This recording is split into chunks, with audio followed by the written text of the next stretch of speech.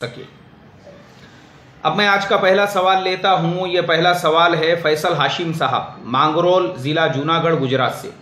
इनका सवाल है, मौलाना टीवी के ऊपर जो मौसम का हाल बताया जाता है या इसी तरीके से इंटरनेट के ऊपर वेदर इंफॉर्मेशन होती है जो मोबाइल के स्क्रीन के डिस्प्ले पे भी होती है, मुसलमान होने के नाते से हमने उस पर यकीन और भरोसा करना चाहिए या नहीं करना चाहिए? भाई हमारे फैसल हाशिम साहब, कुरान में अल्लाह ने फरमाया इन्नल्लाह इंदहु इल्मुस्साअह व युनज़्ज़िलुल गैथ व यअलमु मा फिल अरहाम व मा तदरी नफ्सुम मादा तक्सिबु गदा व मा तदरी नफ्सुम बिअय्यि अर्दिन तमूत।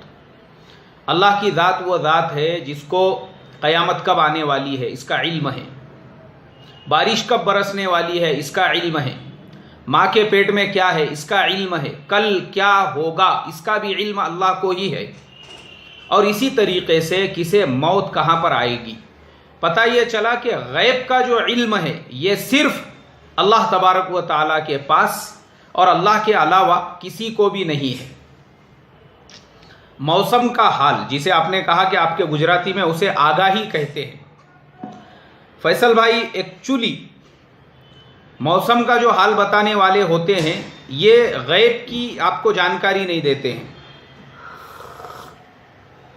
ये जो लोग होते हैं ये लोग सैटेलाइट के ज़रिए से बादलों को देखकर, हवाओं की गर्दिशों को देखकर अंदाज़ा लगा लेते हैं कि भाई कहाँ पर साइक्लोन आने वाला है, कहाँ पे बारिश शिद्दत से बरसने वाली है, कहाँ पे नहीं बरसने वाली है। वो जो बोलते हैं वो एक अंदाज़ा होता है लोगों की बेदारी के लिए, जैसे अंदाज़ा मैं और आप हम दोनों भी कर सकते हैं और एक आम इंसान भी।